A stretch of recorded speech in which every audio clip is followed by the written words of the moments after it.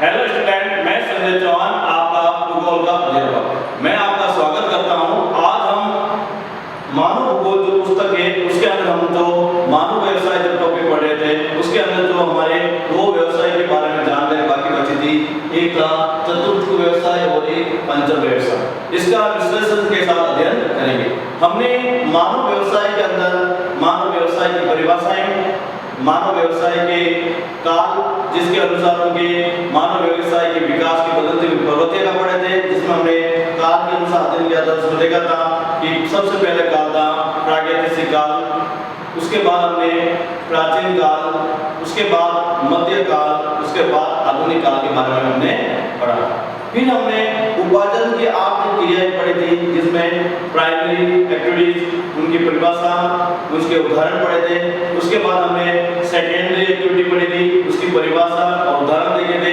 फिर third activity, fourth activity, five activity, इस तरह सबकी हमने परिभाषा के साथ साथ उसके उदाहरण पढ़े थे।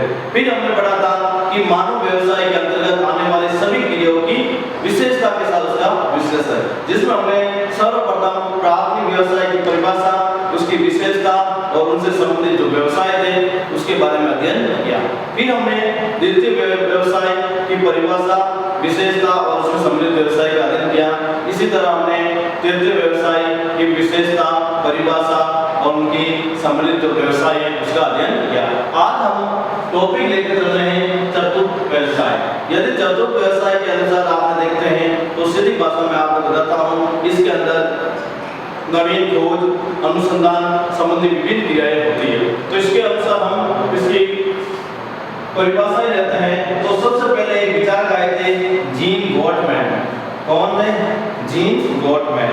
आपको मालूम ही है, जीन गॉटमैन एक व्यक्ति था जिन्होंने 1957 के अंदर विश्व नगरी शब्द का उच्चारण किया था, जिसे कहता है विशाल नगर। क्या कहा गया? विशाल नगर।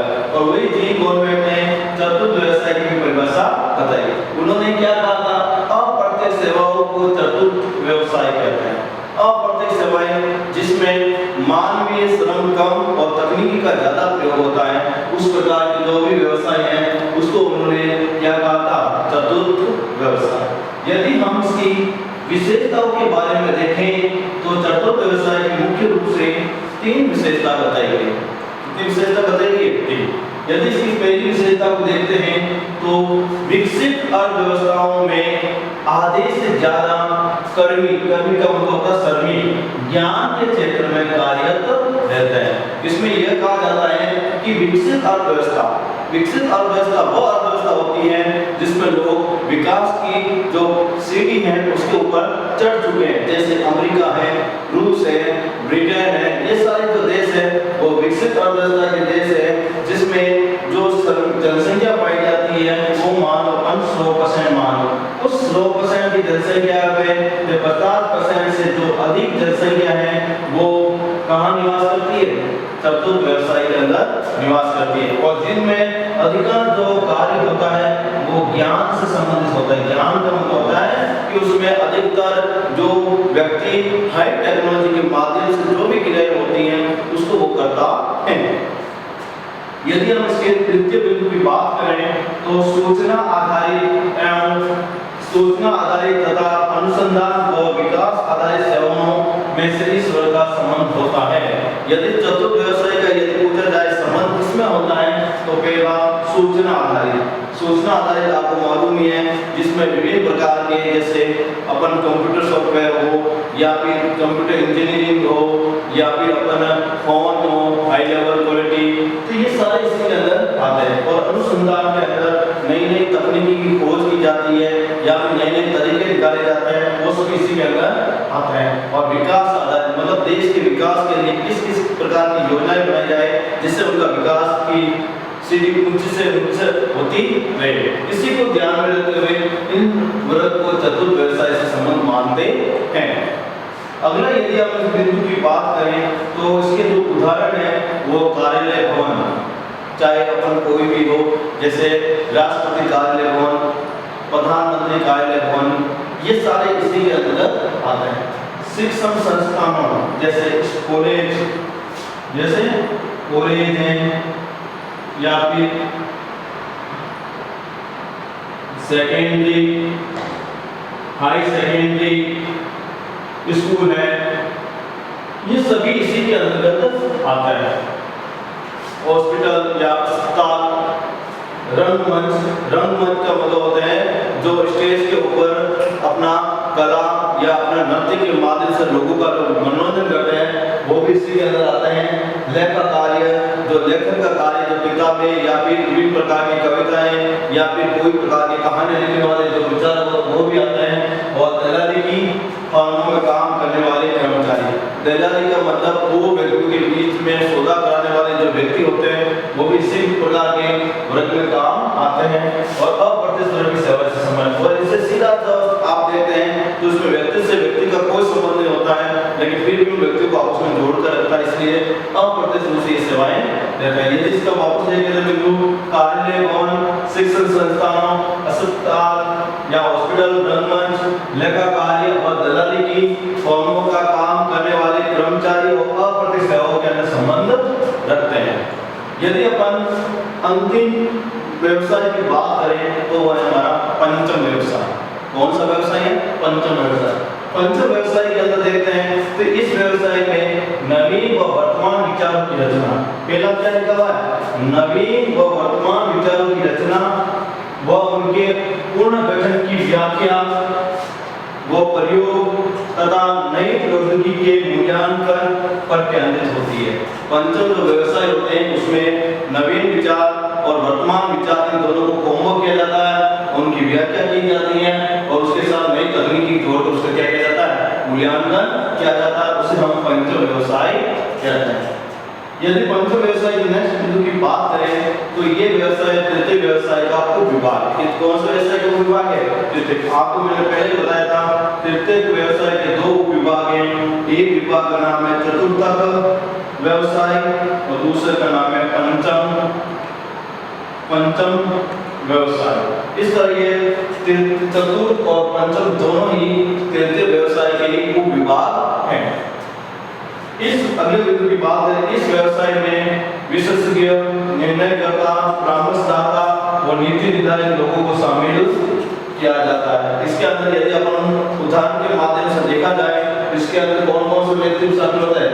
विशेषज्ञ, चाहे कोई भी सब्जेक्ट में हो या कोई भी चीज के अंदर हो, निर्णयकर्ता, परामर्शदाता और नीति निर्धारक, ये सभी सम्मिलित होते हैं। आपको मालूम ही है नीति पर एक शब्द आया है, ये आपको मालूम है। पहले योजना आयोग, जिसकी स्थापना हुई थी 15 मार्च 1950 को, 15 मार्च 1950 को हुई थी। और इसी योजना आयोग का वर्तमान नाम संशोधन क्या रख दिया गया? नीति आयोग। क्या रख दिया गया? नीति आयोग।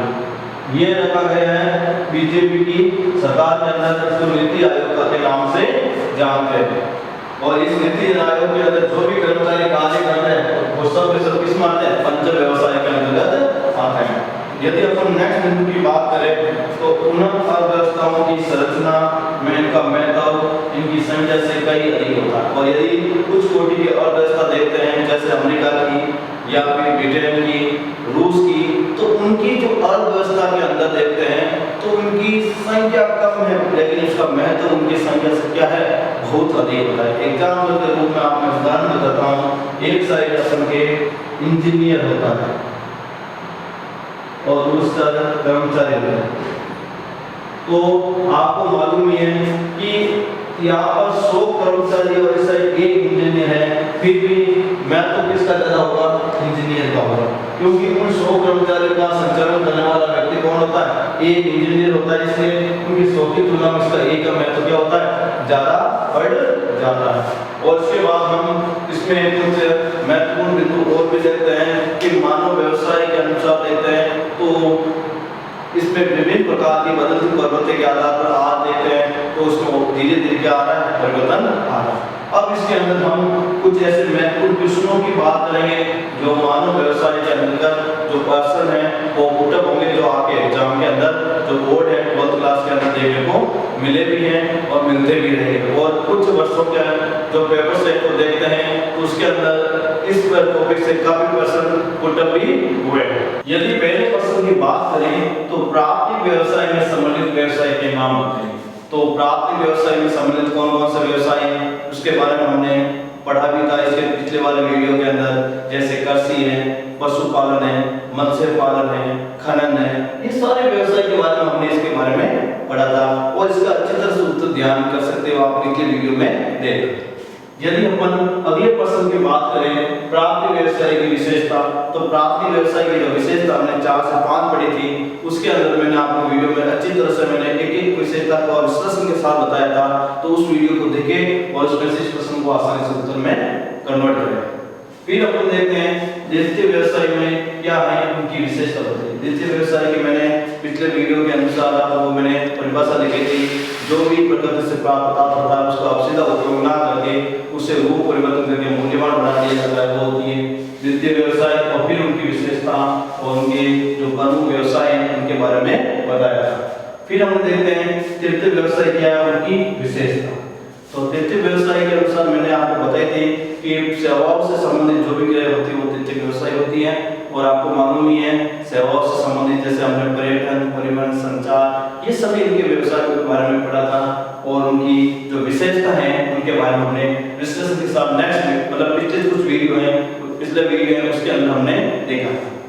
यदि पंचम व्यवसाय की विशेषता पूछी जाए तो मैंने अभी इस वीडियो के अंदर बताया है कि पंचम व्यवसाय की परिभाषा और उनकी विशेषता।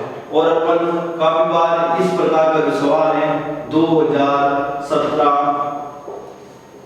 बोर्ड के अनुसार आ चुका है। 2017 के अंदर ये सवाल आया था और इस बार ये सवाल आया नहीं है एग्जाम में। और फ्यूचर के अंदर जो 2020-21 की जो बोर्ड क्लास है हो सकता है इस महत्वपूर्ण जो टॉपिक है उसमें से कुछ क्वेश्चन पुटअप हो सकते हैं, इसलिए बड़े ध्यान से अच्छी तरह से इस टॉपिक को समझें और इससे संबंधित जो मैंने आपको सवाल बताए उनको अपने नोट्स बनाएं और अच्छी तरह से उस नोट्स को याद करें, जिससे आपको 12th बोर्ड के अंदर अच्छे अंक प्राप्त करके आप अपना नाम कमा सकते हैं। धन्यवाद।